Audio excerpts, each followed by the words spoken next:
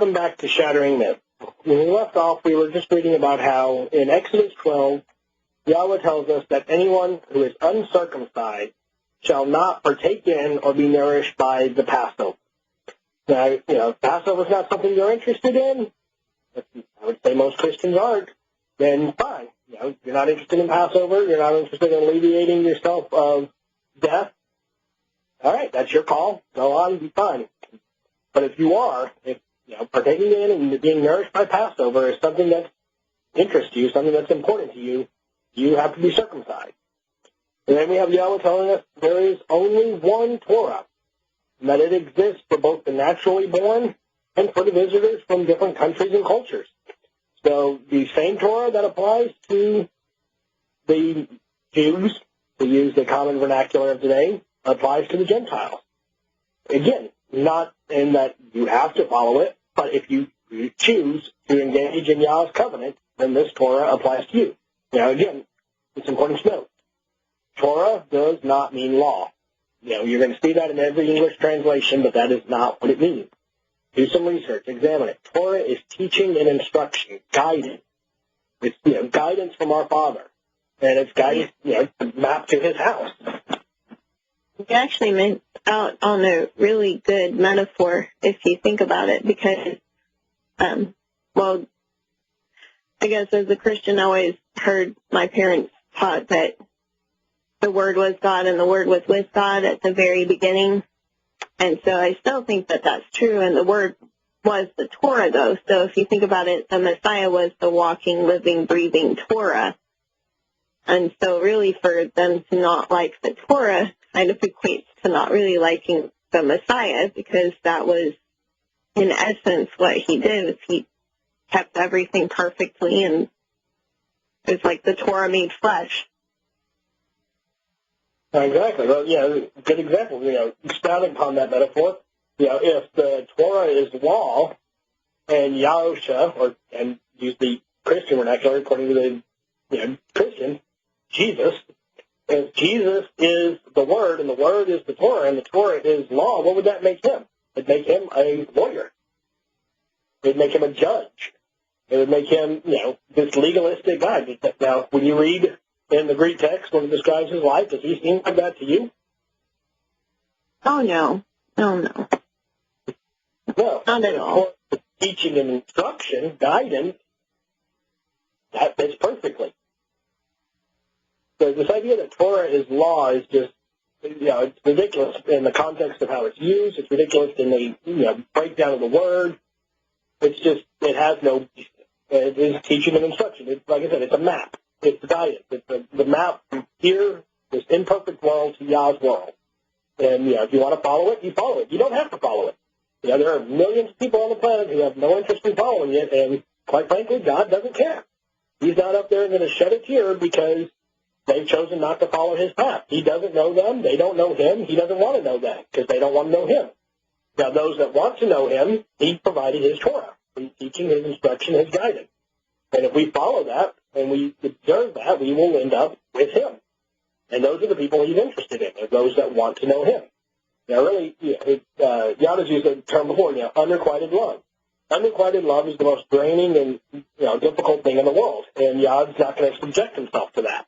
If you don't love Him, He's not going to sit there and obsess on it. He's going to look to those who do love Him and be with them. Makes sense. Which is only healthy. Yeah, exactly. So we have the one Torah. And then we go on to read, and all of the children of Yisrael, the individuals who strive and contend with, who engage and persist with, who are set free and empowered by God, acted upon and did, celebrated, actively engaged and profited, as Yahowah had instructed, Moshe and Aaron. And then, and Moshe and Aaron likewise did the same. And then it happened, in this essential and substantive day, Yahowah came to bring out the children of Yisrael. So this was at the very beginning of the first fulfillment of Passover. So that, we just went through, let's kind of recap this whole section again real quick. And Yahowah spoke as God unto Moshe and Aaron.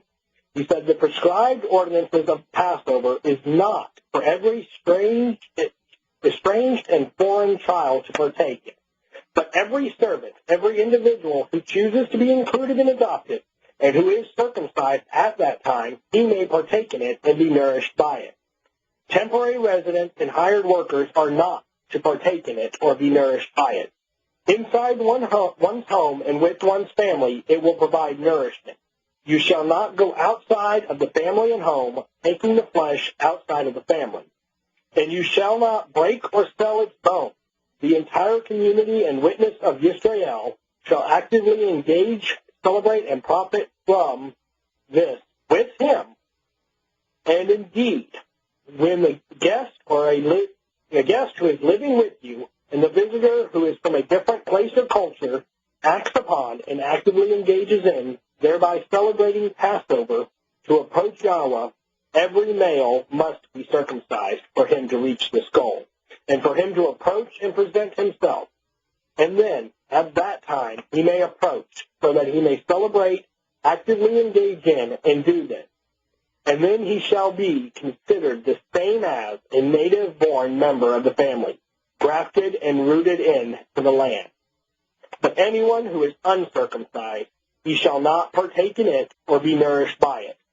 Only one Torah shall exist for the naturally born person and for the visitors from different countries and cultures who live as guests in your midst.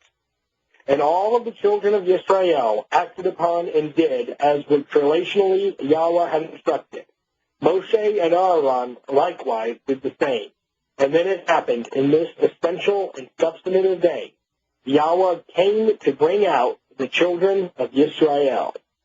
Shemot, Exodus 12, verses 43 through 51. So that's pretty condemning. If you want to participate in Passover, you must be circumcised. There are no ifs, ands, or buts about it. And, a lot of people will try and bring up, well, you can't keep Passover perfectly, so therefore it doesn't matter if I'm circumcised, I can still celebrate Passover. But the thing is, Yah didn't say, if you don't get a perfect, unblemished lamb, you can't participate in Passover. He didn't say that if you don't have unleavened bread, you can't participate in Passover. The only thing he said you have to have done in order to be able to not, the only excluding factor was that you were not circumcised. That was the only thing he said would exclude you from benefiting from Passover. Mm-hmm. Well, and it's interesting that at the beginning, anyone who chooses to be included and adopted, so free will is protected, but then with that free will and that choice, we do have a responsibility to follow through with what God is asking of us. Is almost, I think you said it before, like our signature on the covenant or something. Yeah, the circumcision is, circumcising our child is our signature on the covenant. It's our, he calls it the sign, the sign of the covenant. And it's our agreement to raise our child in the covenant. It's our agreement to try and live our lives in the covenant. And, that's exactly right. And, I should correct myself. There are really two requirements to participate in and benefit from Passover. One is that you want to. If you don't want to, you don't have to. Like I said, God's God of free will. You don't want to participate in the covenant? Fine. You don't want to participate in Passover? Fine. But if you want to, there's one other requirement. You must be circumcised. It's not too much to ask. And, one of the things we're going to talk about a little later on the show, and we'll get into it then, is, it is a benefit. Being circumcised is not a negative factor. There are a lot of health benefits associated with circumcision. So, like I said, we'll get into that a little later, hopefully. So, there are two requirements for participating in Passover. Desire, and then being circumcised. Now, what is the significance of waiting until the 8th day? Because in most hospitals, I think they normally just, after you have a male child, unless you specify otherwise, they normally just circumcise them right there because it is healthier for all of the health benefits. So for someone who didn't wait on the 8th day, is there any special significance in that? Well, the reason for the 8th day is there's two different reasons, really. There's the physical reason. I tell people there's most everything Yah said, there's a physical and a spiritual aspect. And with this, it's the same way. With the physical aspect, why wait till the 8th day? Actually, it's kind of funny. Our brother-in-law is at med school right now, and I sent him a copy of this. He sent me some information on it. And this is one of the things, let me read it for you, that sent me the other day talking about this. He says, the protein needed for the coagulation of blood there isn't enough of it available until after the 7th day. Let me see if I can read this. I'm going to try and pronounce some of these words. Colonic bacteria synthesis is a significant portion of humans' vitamin K needs. Newborns often receive a vitamin K shot at birth to tide them over until the colons become colonized after a 5 to 7 day age consumption of their mother's milk. So they don't, this vitamin K is in there, their blood won't coagulate. Nowadays, in ancient times, they didn't have that. You couldn't just give a kid a vitamin K shot and, okay, no problem, they're going to coagulate. Now they do. They'll give the kid the vitamin K shot and then they'll circumcise them right there and it's not a problem. But if Moshe had, or Abram had circumcised his son on the first day of his life, that kid probably would have bled to death. So his son more is, obviously back then, Yah knew all of that stuff, even though we didn't. He knew that we didn't know that, so it's more for health reasons than anything else. Exactly. Yeah, like I said. Well, I know. But also, is it Tabernacles is one of the only festivals that is 8 days long? Exactly. Now you're getting into, like I said, the physical and the spiritual aspect. And the spiritual aspect is what 8 represents. 8, in Hebrew, in Scripture, numbers come up a lot. And, probably the most, God's favorite number is 7, which is a combination of 6 plus 1, man and God. And 8 is what comes right after 7. So what comes after perfection? And that's eternity. 8 is representative of eternity, infinite. Even if you look today, the mathematical symbol for infinity is just an 8 on its side. So, it represents eternity. And we'll get into the whole aspect of tabernacles when we come back.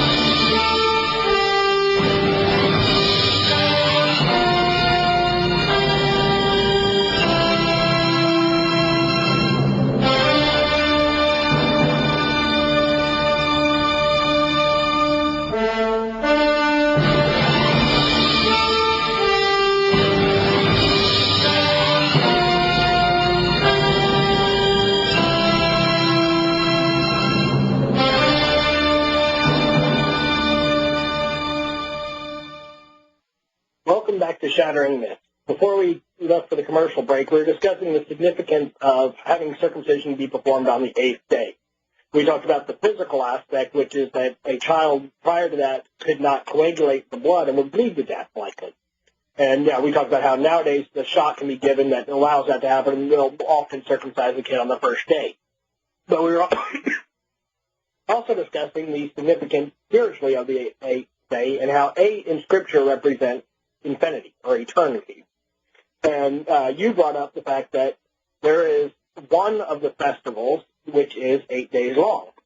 We have Passover is 1 day, then unleavened bread is 7 days, Purim is 1 day, 7 Sabbaths is 1 day, Teruah or trumpets is 1 day, Yom Kippurim is 1 day, and then we reach the destination, which is Sukkah, shelters. And shelters is interesting because the presentation of it breaks it down in terms of a 7 day. Then it says there's an extra day or an extra festival, a chog, on the 8th day. So it breaks it down into the 7, and it's a 7-day festival. But then it says on the 8th day there is a festival feast as well. That is the continuation of it. And 8, like I said, represents eternity. And 8 would be representing we have the 7 steps of these festivals, with the last one being the destination, and that one lasts for eternity. Sukkah, when it is fulfilled, will not be a one-time fulfillment. It is going to last for all of eternity.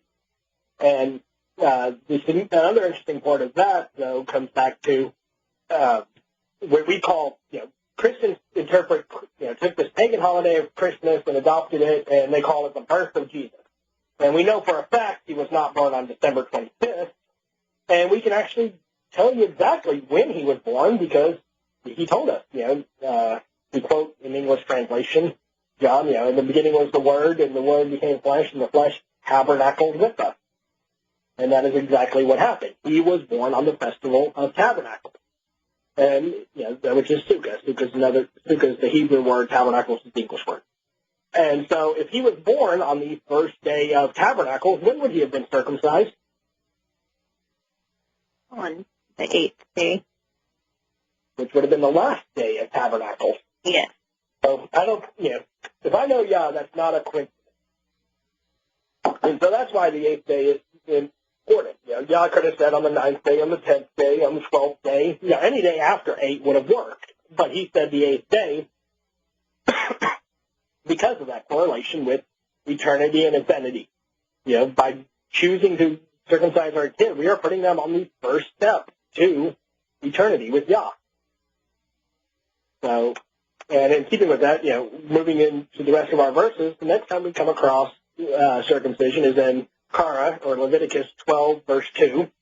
And we're not going to get into it, but it's just a repetition of what we already read, where he instructs us to circumcise on the 8th day. And again, it's circumcised of the flesh. Because one of the other arguments that you'll hear a lot is that circumcision of the flesh is not what's important, it's circumcision of the heart. Which just doesn't hold up when you look at all these times where Yah specifies. As all the ones we've had now, have you seen one that said it's circumcised of the heart? No, not in any of those that we just read. Now, have pretty much every one of the ones we read with Yah had circumcision of the flesh? Mm-hmm. And even more specifically, circumcision of the flesh of the foreskin. So, this circumcision of the heart is what matters. It's part of this whole, Pauline idea of over-spiritualizing everything. Where everything's got this super spiritual meaning, and that's all that matters. And, like I said, everything Yahweh says, at least everything I've come across, there may be something that isn't, but there's always a physical and a spiritual aspect to it. And right. Circumcision is the same. There is we will read it, it talks about circumcision of the heart, and that is important because we are told that we need to be circumcised of the heart. But that isn't something we can do. I can't circumcise my child's heart. I can't circumcise my own heart. Yah can. And Yah will. And he tells us how to do that. So, but what we're talking about here is the circumcision of the flesh. So, and a lot of Leviticus is reiterating stuff that was already mentioned in Genesis and Exodus, but it's more codified. It's more listed out in that way there. So that's kind of what Leviticus does. So, and when we return, we'll pick up in Torah, Leviticus 19, and we'll go to verse 23.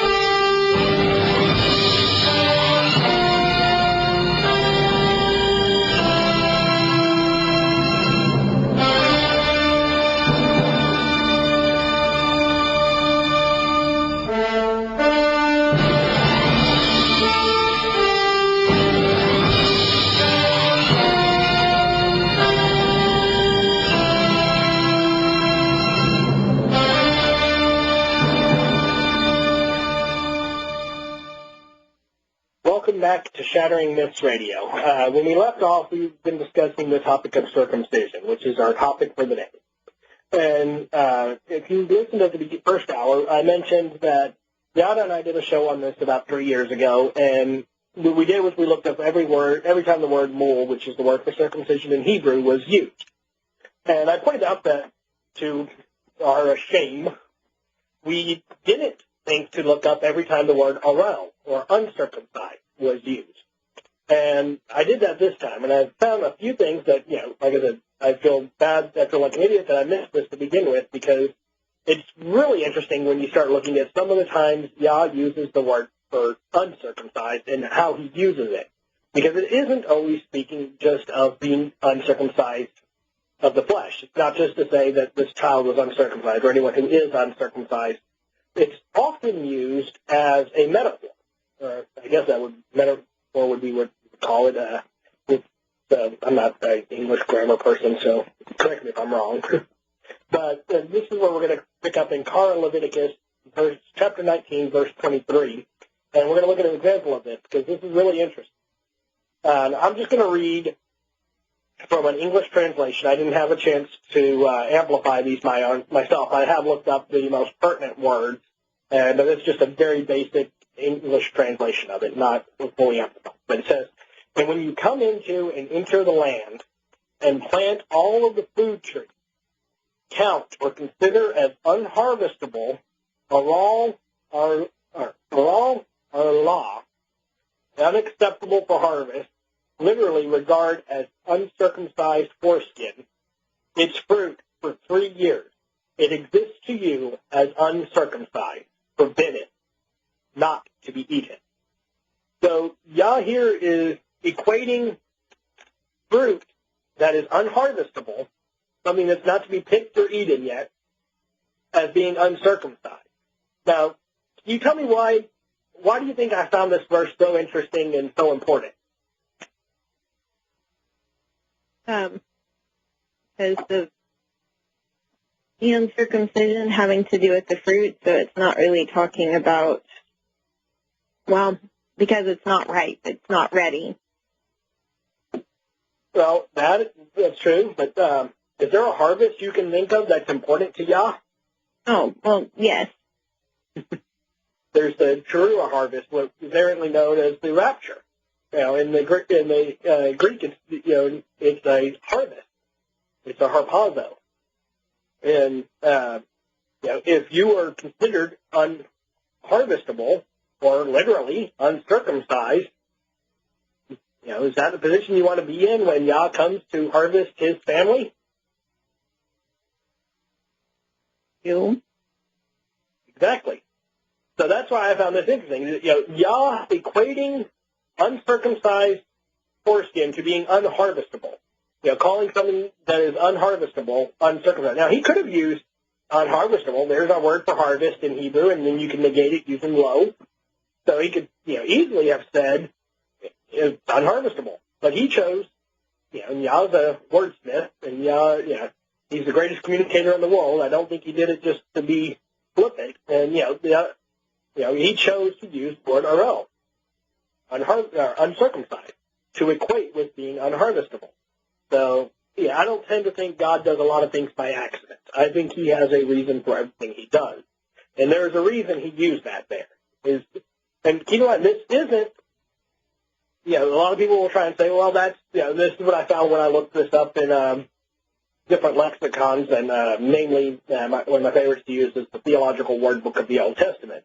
And, there's basically two ways people translate this, and people look at this. And one is that it was an Israeli colloquialism. It was just a phrase that they used to communicate this. But, was this an Israeli speaking this? Was this a Jew speaking this? Or was this Yahweh speaking? Now, this is written in Yahweh's voice, is it not? Yeah, that's how I took it. So, would Yah use a Jewish colloquialism in his message to the world? Because he's done told us the Torah is for everyone, not just for Jews. So, he would not use something that would, confuse others. Unless you think, which I think the Christian mindset is that God messes with us.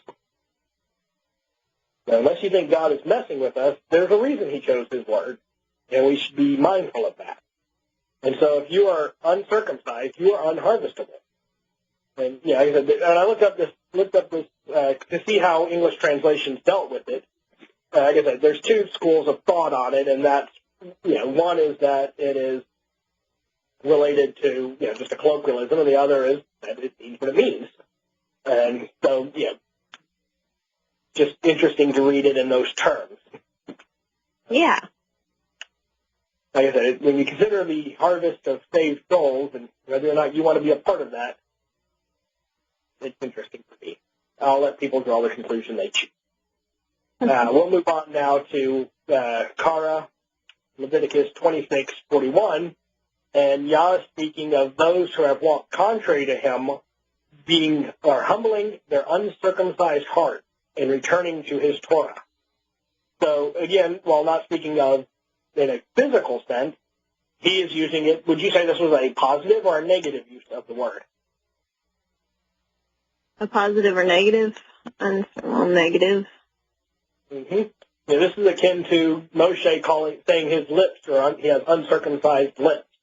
It's a very negative connotation. Or this time, instead of Moshe using it to describe himself, Yah is using it to describe those who have left his Torah.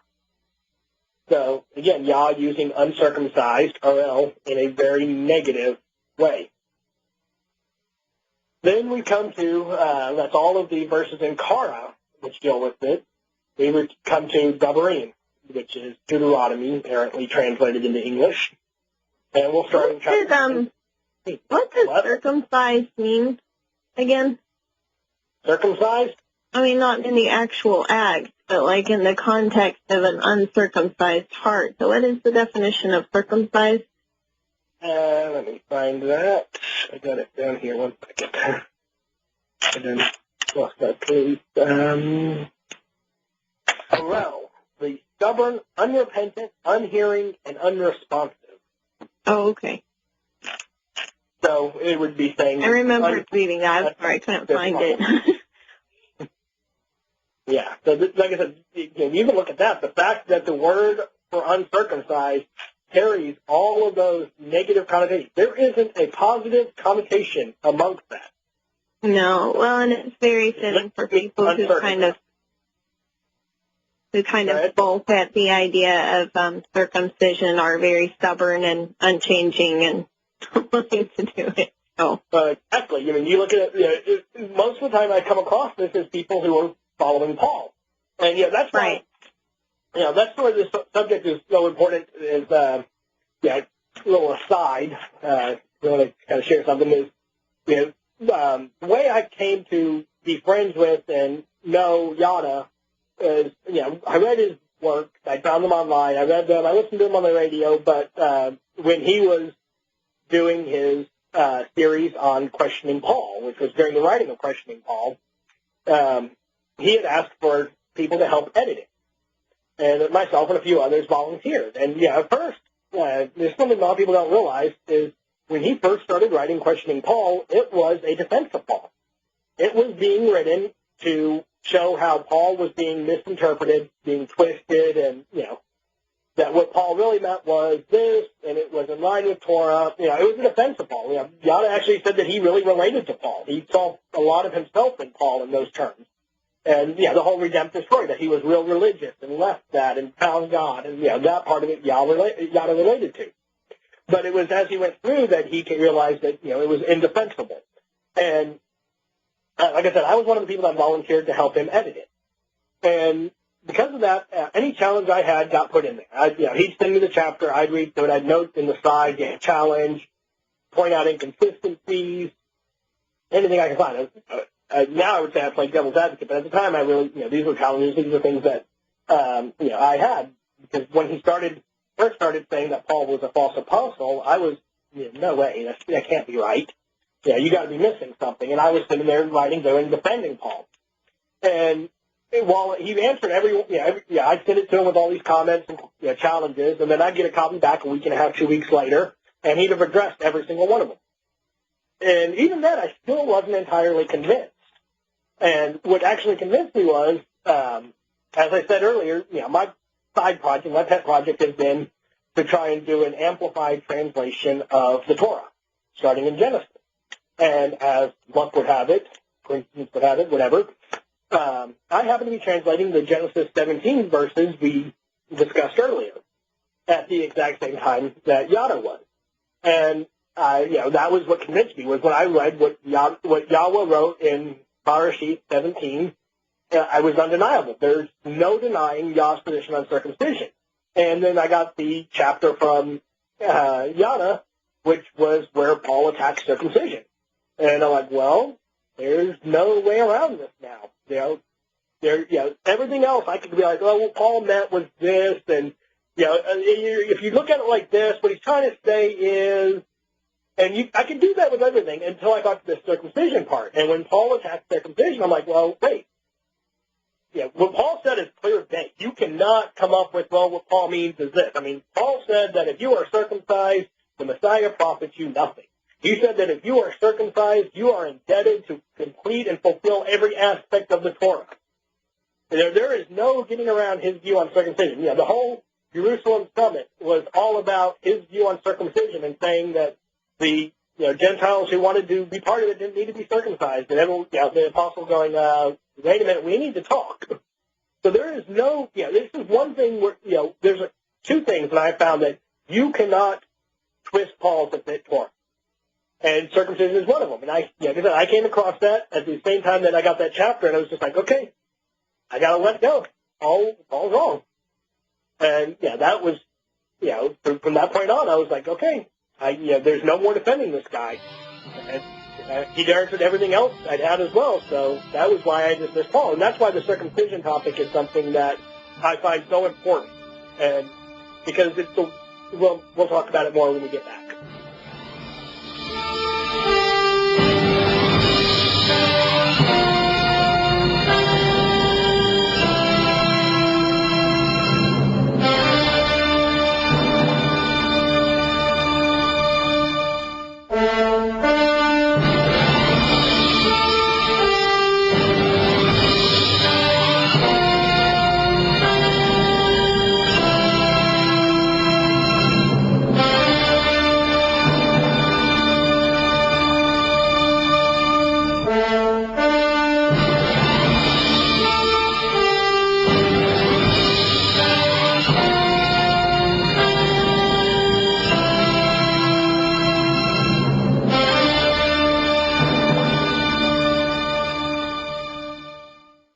Welcome back to Shattering Myths. When we left, I was talking about why the topic of circumcision is so important to me and why I chose to do this and dedicate this. And that's because that was what caused me to finally acknowledge that I could no longer defend Paul. And I was sharing, I actually lost several friends on this topic because they refused to, acknowledge Paul was wrong. And to me, what they did mostly was what I did, which was twist what Paul said and make it fit the Torah, which I'm like, okay, you can do that. But then when we'd come to the topic of conversation turned to circumcision, they would start twisting the Torah to fit Paul. And it just became to where that was coming up all the time, and we just kind of stopped talking because of it. And I haven't talked to them in several years now. And it's because, they sided with Paul on this. And for me, I could, every time it would come up, we'd end up talking about it because of that. And, when you start twisting the Torah to fit Paul, that's where I have an issue. You can twist Paul all day long. And if you want to make Paul fit Torah, go for it. To me, it's just too much mental gymnastics. But if you're going to twist what God said to make it fit what Paul said, we move beyond that. So that's why this topic of circumcision is so important to me. And that's why I think it's important to love it. I said there are two aspects of Paul's message that are completely incongruous with the Torah, incongruous with Yah's message. And that is two things that you have to either dismiss Paul or twist what God said to fit Paul to, avoid. And that is circumcision and his two covenants. When you read Yah's word, it's clear there is one covenant. There is only one covenant. There will only ever be one covenant. And when he starts speaking of two covenants, there's no defending that. So those are the two issues. Go ahead. I was just agreeing with you. Sorry. Sorry. All right. So moving on, we're in Deuteronomy 10, verse 16. We are instructed. Wait, did I skip from here? No. Yeah. So we're instructed by Yah to circumcise the foreskin of our heart and to harden our necks no more. And I'll read this in an English translation. Give you a couple harden words. Our necks no more. Yeah.